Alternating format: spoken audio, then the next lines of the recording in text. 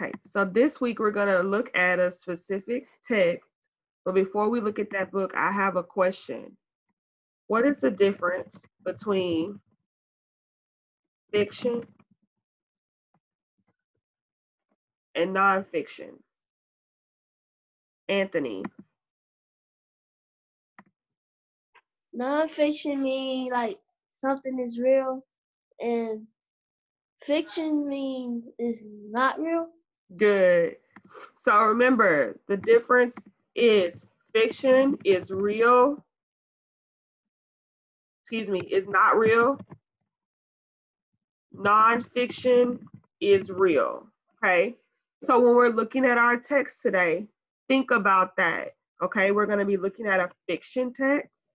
I'm going to turn the video on. We'll stop. I'll stop the video every now and then to ask some questions, but make sure that you're thinking about it from a fiction standpoint because it is a fiction text.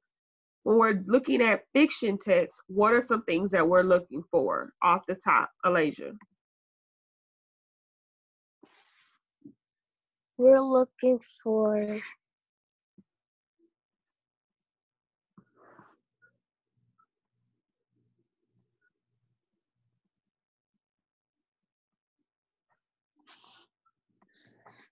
What's some elements we look for?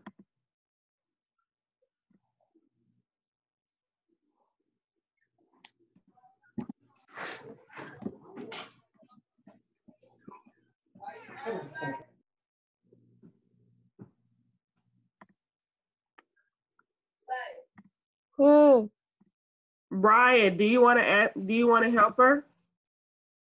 What are some elements we look for in fiction text, Brian?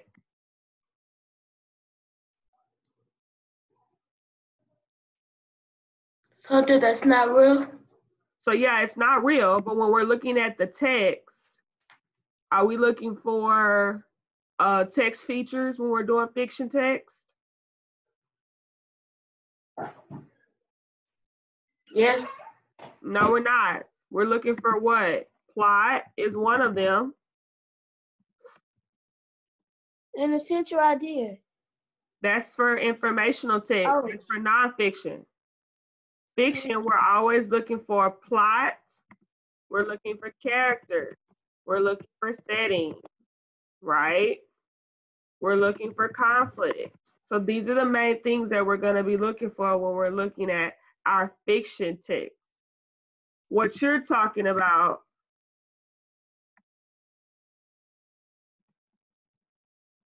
is what are we looking for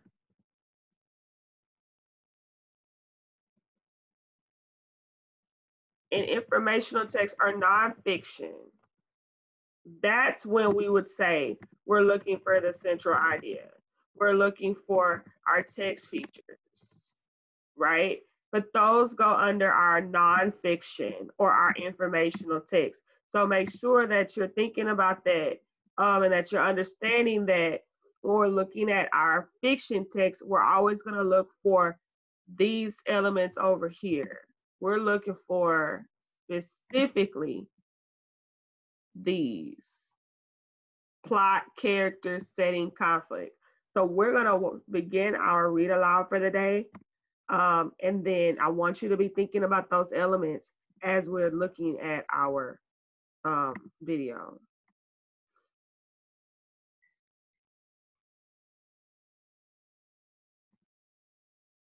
If at any time you can't hear the video, turn your video on and like do something like this, like show me your ear so that I know that you can't hear and I can try to fix it. Okay.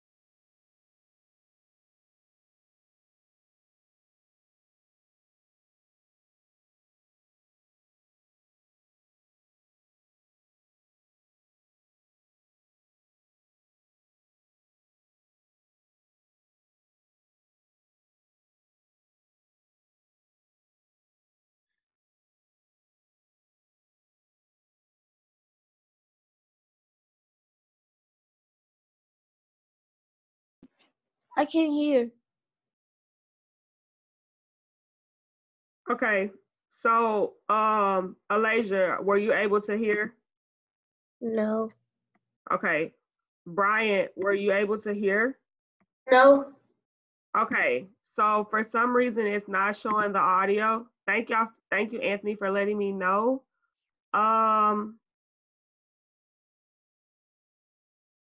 Okay, so when we're looking at this text,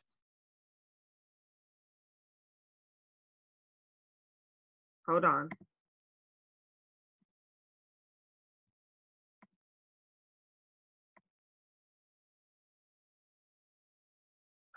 When we're looking at this text, it's called More Than Anything Else.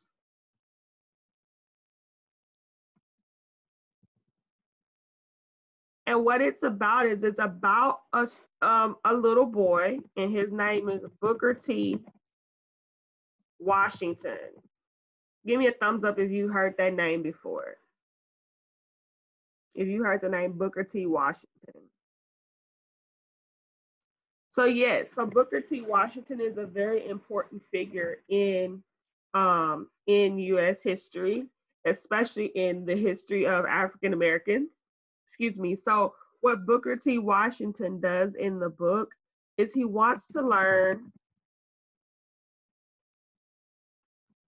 He wants to learn how to read. So he's unable to read at this point. Why would he be unable to read as a kid? Now think about, before you answer, think about the time period that we're in, okay? So we're in the time period before the Civil Rights Movement. So the Civil Rights Movement was in the 1960s, late 50s, 60s, and early 70s, right? So we're before that. We're like in the 1900s, like the early 1900s. Why would he be unable to read in that time period, Alasia?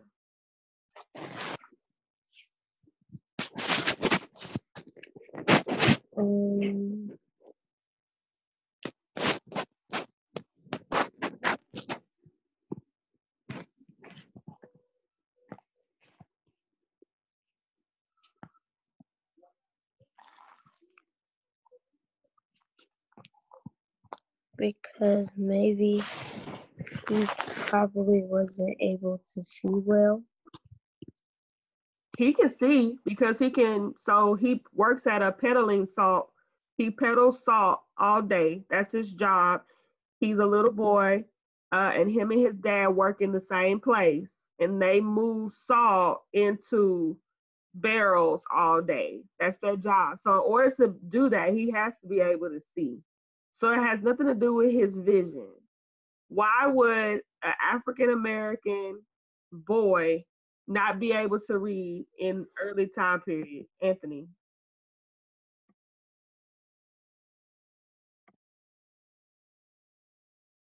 Because I think when he was moving the barrels, he never went to school.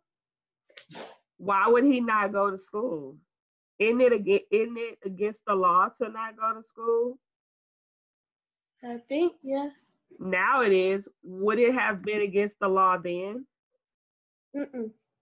No, right? Now it may have been something that white or Caucasian students would have had to do, but African Americans didn't have the right to go to school. They also at that point, if they were slaves, they were not able to read. It was against the law for them to be able to read.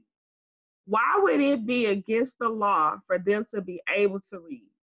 Think about that for a second. Why would they make it against the law for a slave to be able to read? Brian, what do you think?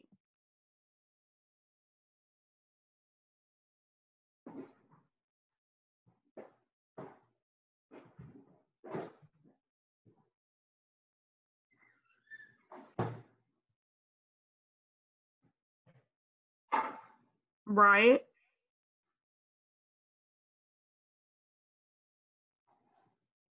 Elijah, what do you think? Why would they make it against the law for slaves to be able to read?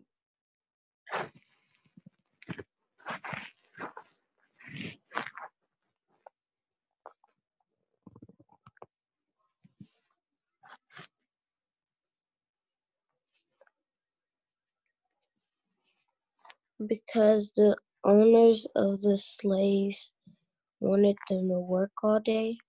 Right. They wanted them to work. They didn't want them to stop and read.